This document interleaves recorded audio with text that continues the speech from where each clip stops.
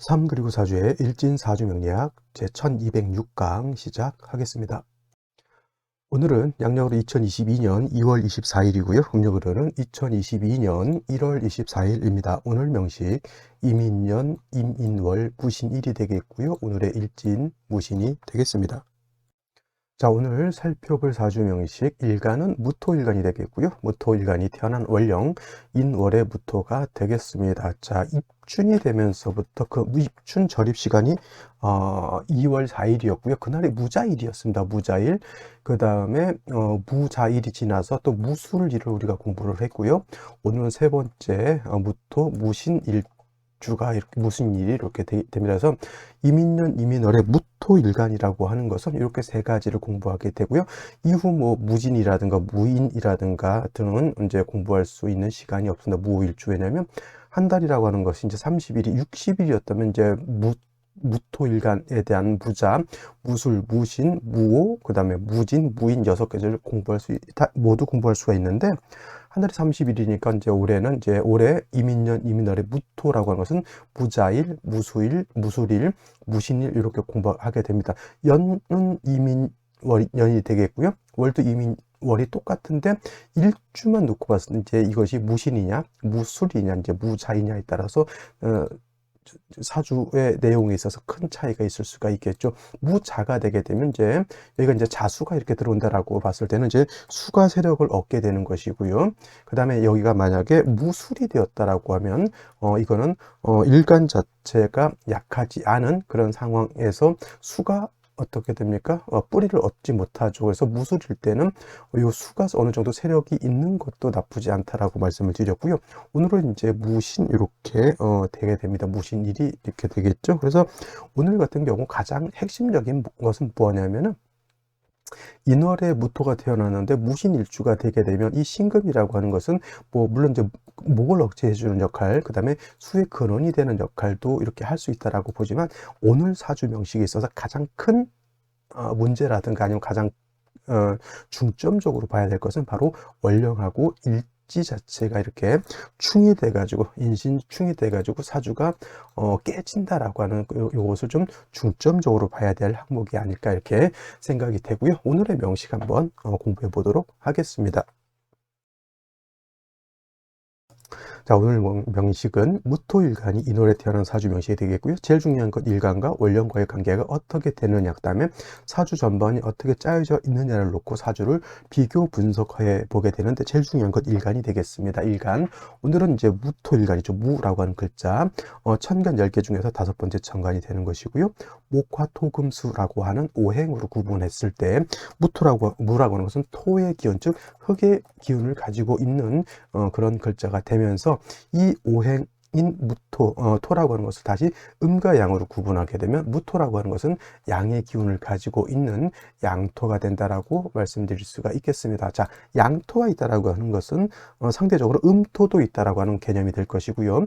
음토에 해당되는 것 기토가 될 것이고 얘는 음토가 됩니다. 그 다음에 같은 흙의 기운을 가지고 있는 것은 똑같은 무토든 음토인 기토든 같은 토의 기운을 가지고 있다라고 볼 수가 있죠. 자, 토라고 하는 것 무토든 양토인 무토든 음토인 기토든 같은 흙의 기운을 가지고 있는 것. 흙이라고 하는 것은 동물이든 식물이든 사람 또한 이 토를 위해서가 아니라 토에 의해서 살게 되죠. 토의 의지에서 삶의 터전이 되는 그런 것이 바로 또 토가 되고 흙이 되는 것이죠. 모든 만물은 토가 있어야지만 거기에 발을 디디고 살 수가 있게 되는 겁니다.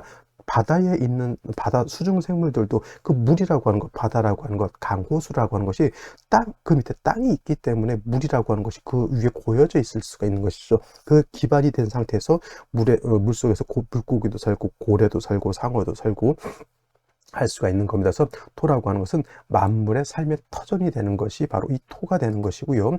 그러한 삶의 터전이 되는 그러한 바탕이죠. 여러분들 그냥 땅에 이렇게 땅을 디디고 살고 있는데 그 땅이라고 하는 것이 너무 건조하다 그러면 좋은 땅일까요? 안 좋은 땅일까요? 아니면 땅이 얼어 있어서 동토가 됐다라고 하면 얼어서 동토가 되었다라고 하더라도 그 땅은 좋은 땅이 될 수 없을 겁니다. 왜냐? 만물의 터전이고 만물이 자생할 수 있는 스스로 생을 할 수 있는 그런 터전이 되기 위해서는 토라고 하는 것은 너무 건조해서도 안 되고요. 그 다음에 너무 얼어서 씨앗을 심거나 작물을 심어서 땅이 얼게 되면 뿌리를 내릴 수가 없다라고 하는 겁니다. 건조하다라고 하는 것은 차가우면서 건조할 수도 있는 것이고요. 또 너무 뜨거우면서 건조할 수도 있는 것이죠. 그래서 토라고 하는 것은 건조하거나 동토가 되거나 아니면 또 열토 너무 뜨거워서 사막같이 되는 것 또한 온당치 않다라고 볼 수가 있습니다. 그래서 무토가 됐던 기토가 됐던 항상 토라고 하는 것은 윤택해야지만 토로서의 역할을 할 수가 있죠. 사람이 우리나라 사람뿐만 아니라 농사를 짓는 사람들은 다 똑같을 겁니다. 땅이라고 하는 것은 일단 물을 댈 수 있어야 돼요. 물을 댈 수 없다라고 하는 거, 우리가 수리안전답이라고 하는 말이 있는데, 수리안전답은 뭐냐면 사시사철, 특히나 이제 여름 같은 때 가뭄이 들었을 때도 어떤 땅 같은 경우는 가뭄이 들면 물이 없어서 땅이 바싹바싹 마르는 그런 땅이 있는가 하면, 수리안전답이라고 하는 것은 가뭄이 들어도 물이 마르지 않는 그러한 논답을 말한다고 볼 수가 있죠. 이런 경우에는 여름이 되더라도 봄이 되더라도 물이 있기 때문에 항상 농사를 지을 수 있는 그런 옥토가 될 수 있다라고 하는 것이고요.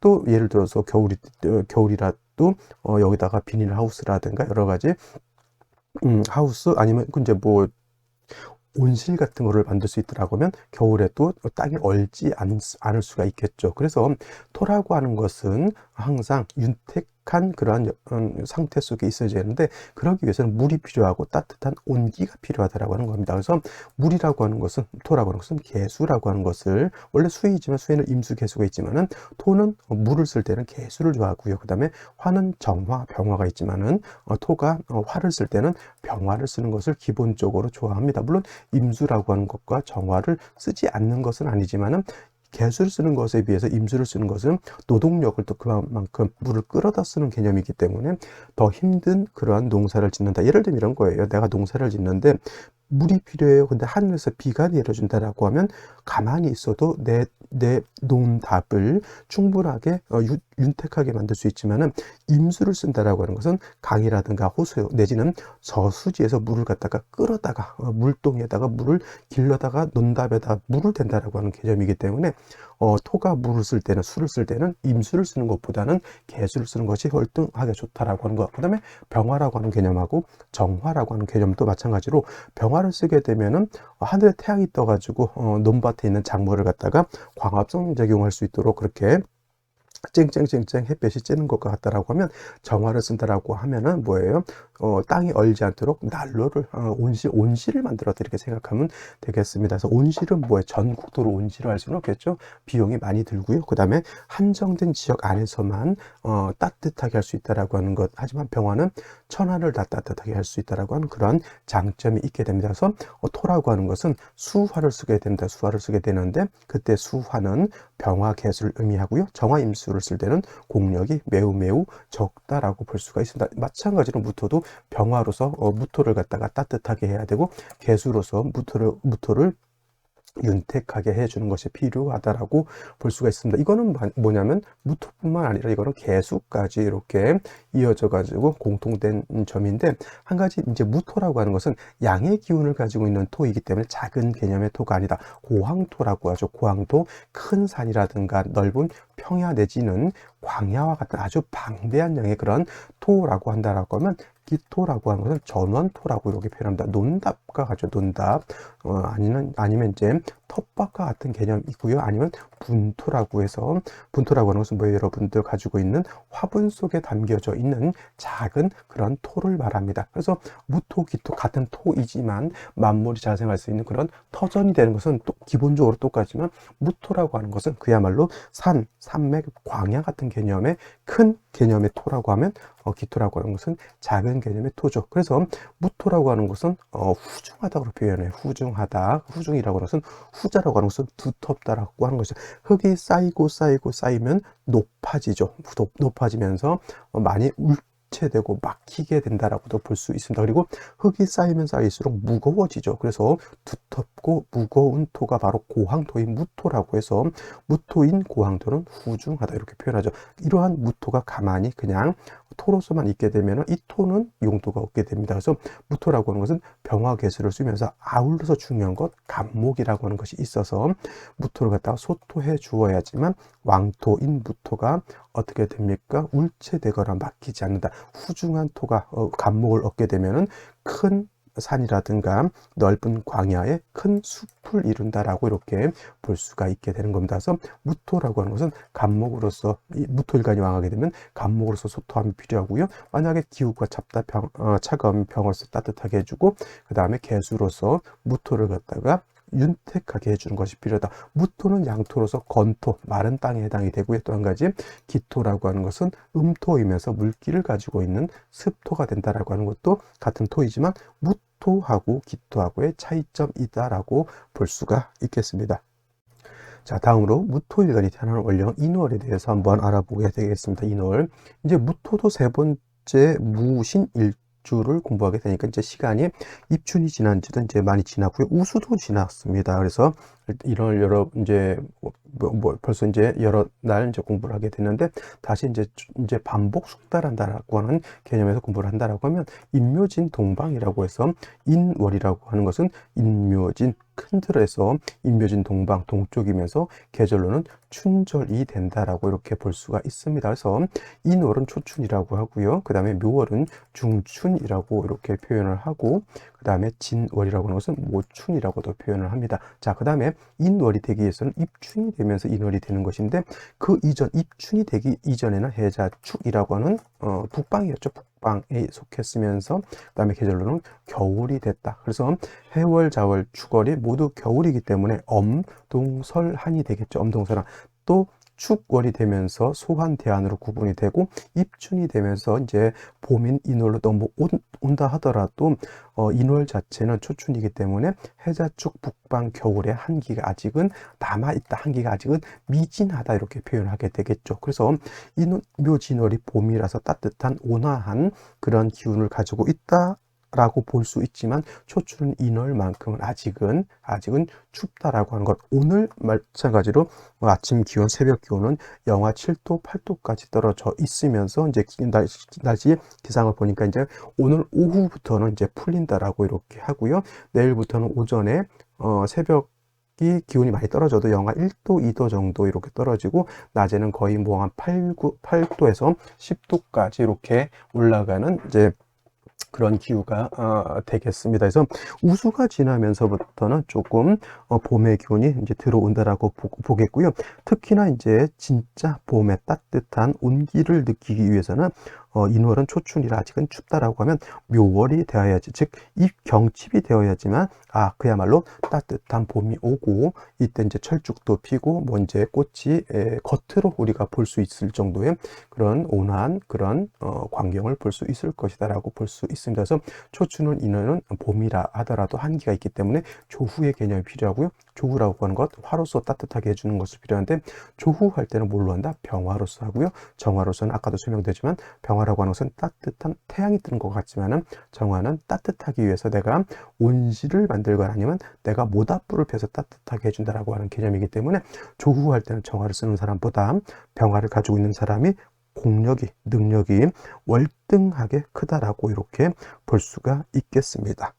또 인월이라고 하는 것, 그 다음에 오행으로 놓고 봤을 땐 목이 왕한 모광절이다라고 볼 수가 있겠죠. 인월은 목이 임관지가 되는 것이고요. 다음 달 묘월은 목에 어떻게 되냐면 제왕지가 되죠. 제왕지 12개월 중에서 인월하고 묘월이 가장 목이 왕한 그런 시절이다라고 본다라고 하면, 반면에 오늘 일간 무토가 인월에 태어났을 때 토라고 하는 것은 인월에 태어나게 되면 물론 장생처이기 때문에 토 자체가 약하다고 보지는 않습니다.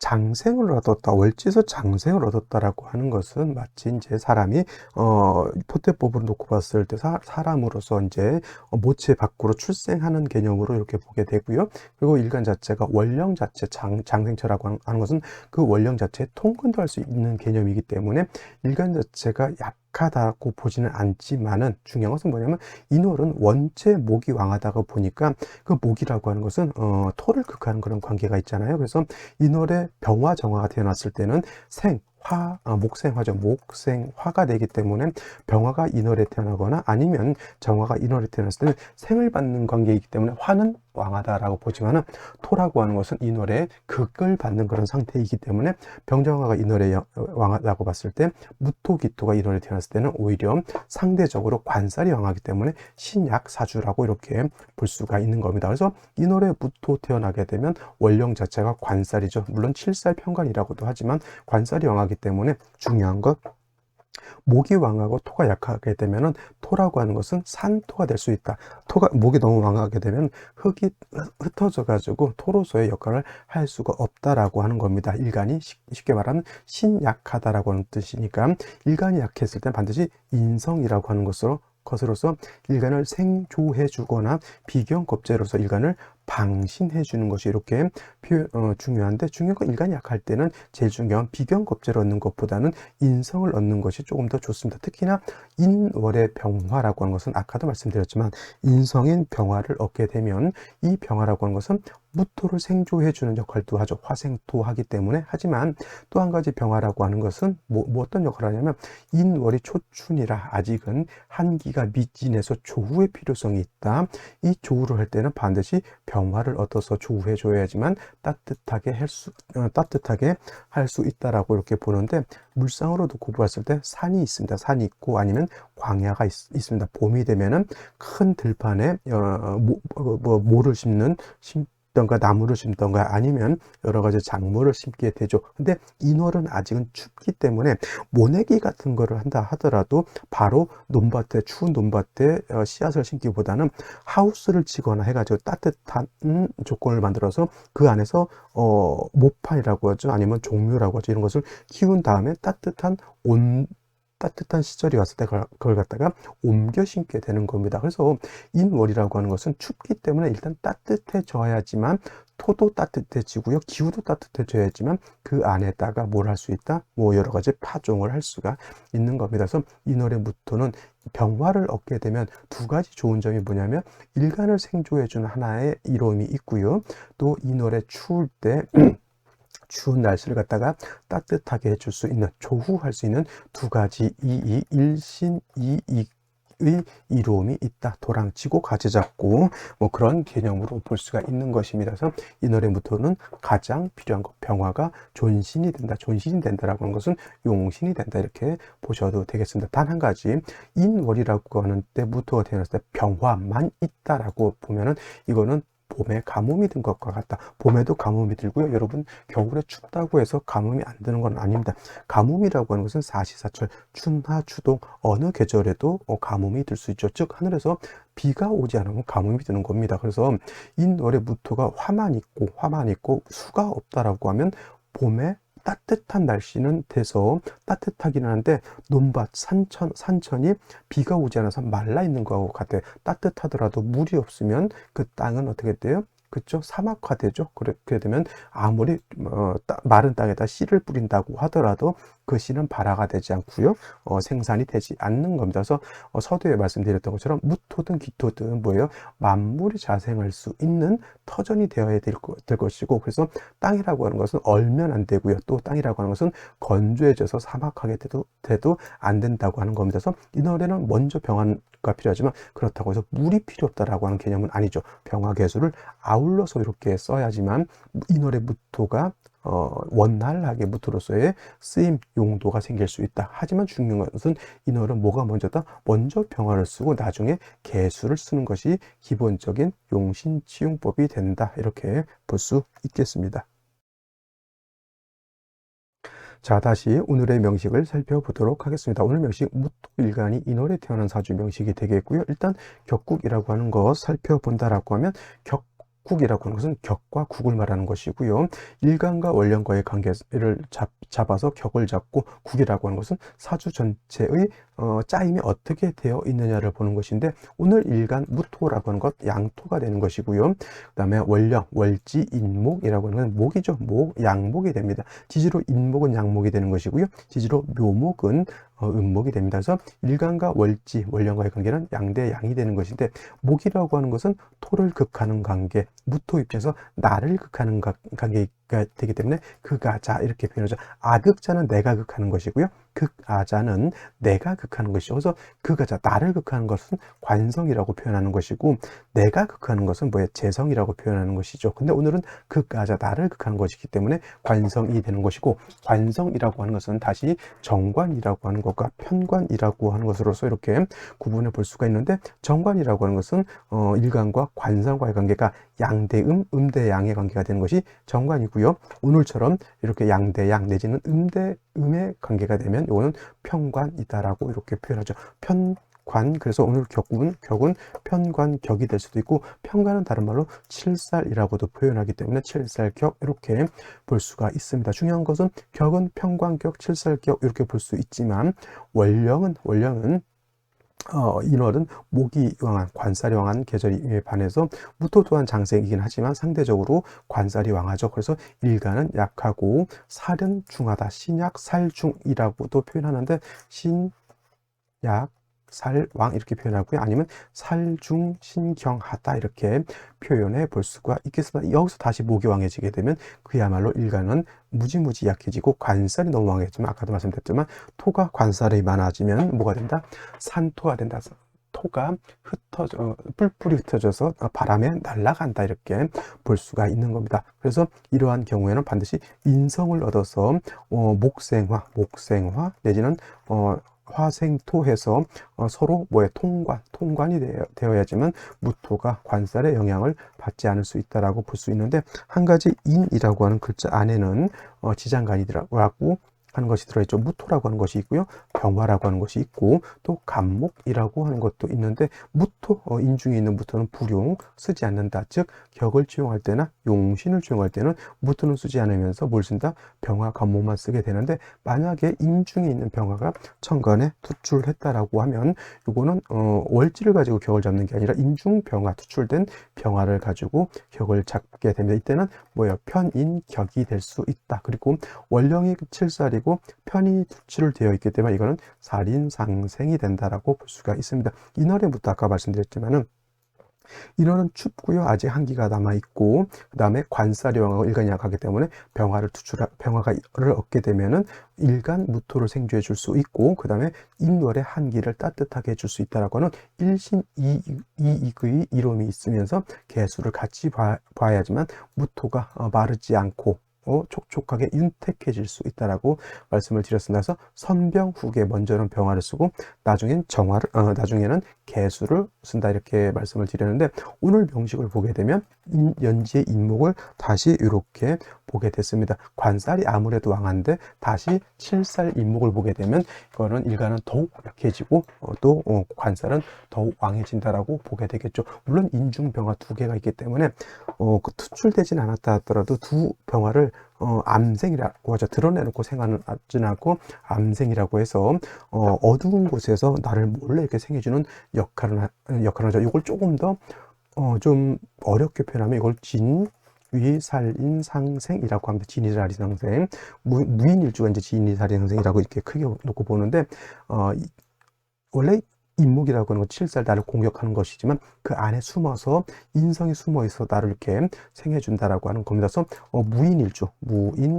무인일주가 진위살인상생이요, 갑신일주도 진위살인상생이요, 이런 것들이 있습니다. 경호일주도 진위살인상생이요, 이렇게 표현하는 이제 진위살인상생이 되는 그러한 일주들이 또 있습니다. 개축일주도 마찬가지겠죠. 딱 보면 일지, 물론 이제 갑오일주는 일주가 이것이 우화이기 때문에 정관이라 하더라도 구조 자체는 뭐예요? 일지 밑에가 관살이죠. 정관이 됐든 칠살이 됐든 관살인데, 그 안에 인성이 숨어져 있어서 나를 생조해 준다라고 해서 이걸 진위살인상생이라고 합니다. 물론 오늘은 이제 무인일주는 아니기 때문에 진위살인상생이라고 보기는 좀 맞지 않는 거는 있지만, 일단은 월령 안에 스스로 인성이 들어가 있다라고 하는 측면에서 제가 이 단어를 한번 꺼내 봤습니다.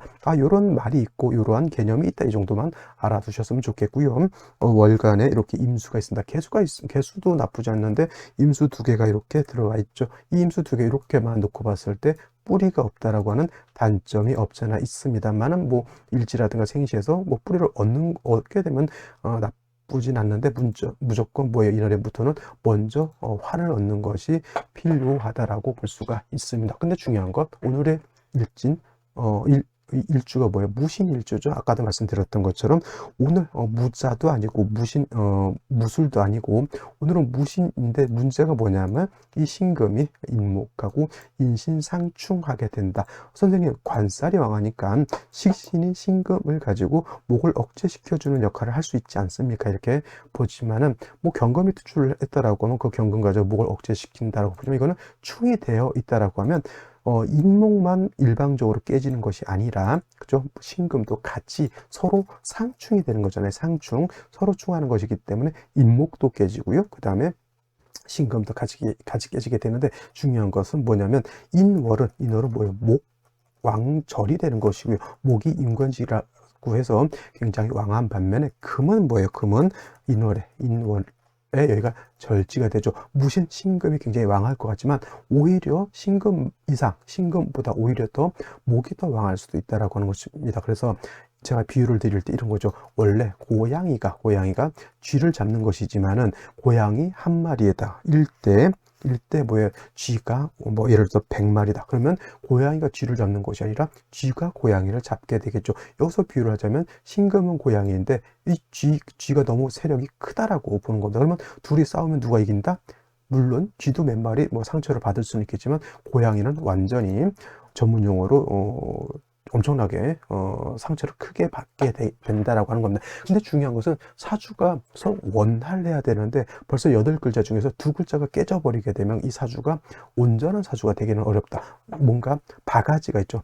바가지, 물을 떠먹는 바가지가 있는데, 온전한 바가지가 아니라 깨진 바가지가 된다라고 하는 그런 차원에서, 이렇게 충이 되는 그런 사주는 제가 봤을 때 조금은 문제가 있지 않을까라는 생각이 들고요. 그 다음에 한 가지, 생시에서만큼은 이 충을 구제시켜 줄 수 있느냐 없느냐가 가장 큰 관건이 된다라고 볼 수가 있겠습니다. 자, 그러면 생시를 알아보도록 하겠습니다.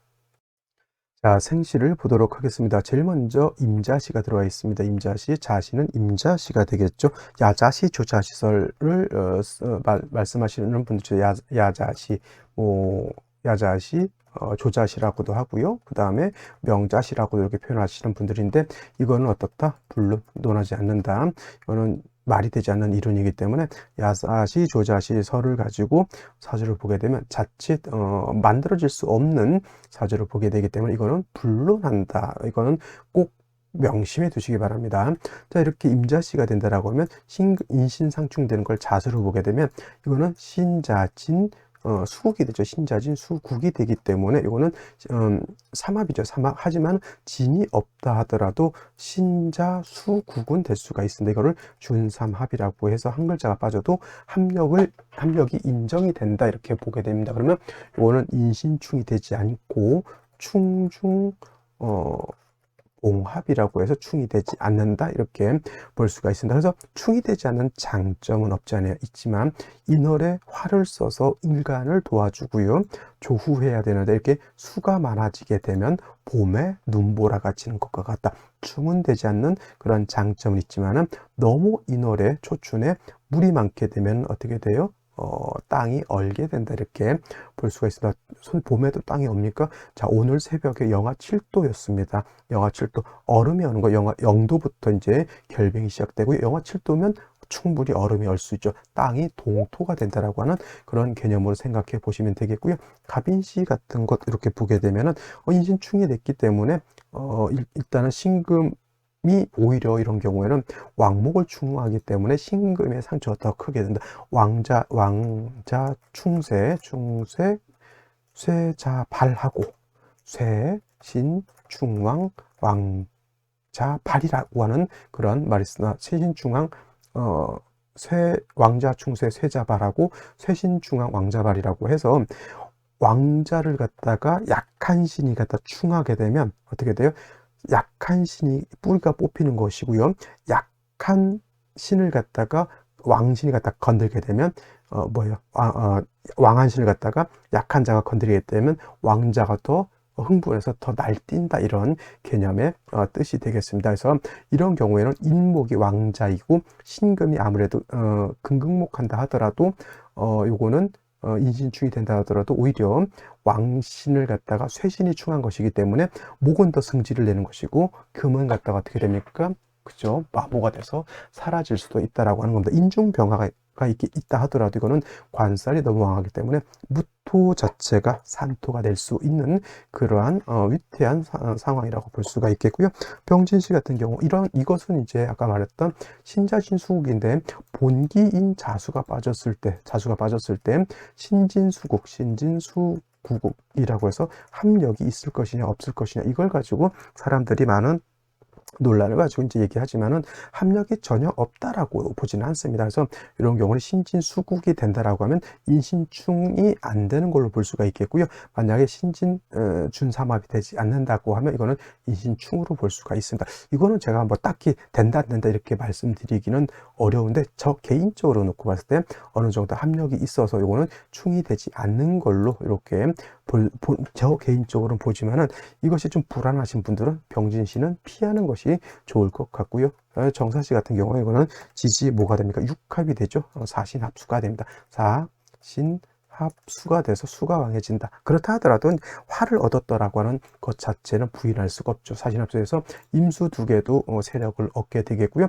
물론 사신합수가 돼서 화의 기력은 많이 약해져 있다 하더라도 원령 자체가 모광절에 정화가 투출하게 되면 이 정화도 사의 뿌리가 약해졌다 하더라도 목의 뿌리 생을 받을 수가 있죠. 사신합수가 됨으로 인해서 인신충은 되지 않았기 때문에 사주가 충을 보지는 않았고요. 임수 두 개도 재성으로서 용도를 얻게 됩니다. 근데 이 사주는 운은 어디로 가야 됩니까? 운은 금수운보다는 목화운으로 가서 수가 세력이 크기 때문에 목화운으로 가는 것을 금순으로 가는 것보다는 월등히 좋다라고 볼 수가 있죠. 오늘 같은 경우니까 아들이다라고 하면 저 같은 경우는 병진시나 정사시 정도로 이렇게 보는 것이 타당하겠고요. 만약에 무시라든가 기미시 같은 이런 생시가 됐을 때는 이거는 충을 구제하지를 못합니다. 물론 이제 무토 자체가 5의 뿌리를 두고요. 그 다음에 무토 다시 투출되어 있기 때문에 일간은 약하지 않다라고 볼 수 있지만은 무토 두 개가 임수 두 개를 놓고 쟁제, 군비쟁제를 하게 되는 그런 현상이 되겠습니다. 이거 목화운으로 가는 것이 좋을까요? 금수운으로 가는 것이 좋을까요? 그래서 저 같은 경우는 이것도 목화운으로 가는 것이 조금 더 낫지 않을까라는 생각은 해보게 되지만 역시나 인신충을 구제하지 못한 것은 조금은 아쉬운 점이 될 수가 있다라고 볼 수가 있겠고, 경신신유시 다시 금을 경신시는 식신을 보는 것이고요. 신유시가 되면 이거는 상관을 보는 것인데 이렇게 되면 이 인신충 역시나 구제가 되지 않고요. 일간이 약합니다. 이렇게 되면 일간 자체가 뿌리를 둘 수 있는 것이 없죠. 인중무토의 무토는 뿌리 두지 못하고 오히려 인중병을 가지고 생을 받아야 되는 상황에서 인신상충에서 인목이 깨지게 되면 병화는 생을 얻기도 어렵게 됩니다. 약한 무토라고 하는 것이 모광절의 극을 받고요. 그 다음에 경신금에 설기를 당하게 됩니다. 그죠? 이런 경우에도 마찬가지로 이런 경우는 화토운으로 만나서 일간 자체가 생을 얻거나 아니면 비경겁제의 도움을 얻어야지만 될 수 있다. 그래서 가장 원활한 생시를 볼 때는 인신충도 구제가 되면서 일간도 생을 얻을 수 있는 병진시라든가 아니면 정사시 정도가 가장 원활한 생시가 되지 않을까라는 생각을 해보게 됩니다. 자, 오늘은 여기까지 설명드리도록 하고요. 내일 또 찾아뵙도록 하겠습니다. 감사합니다.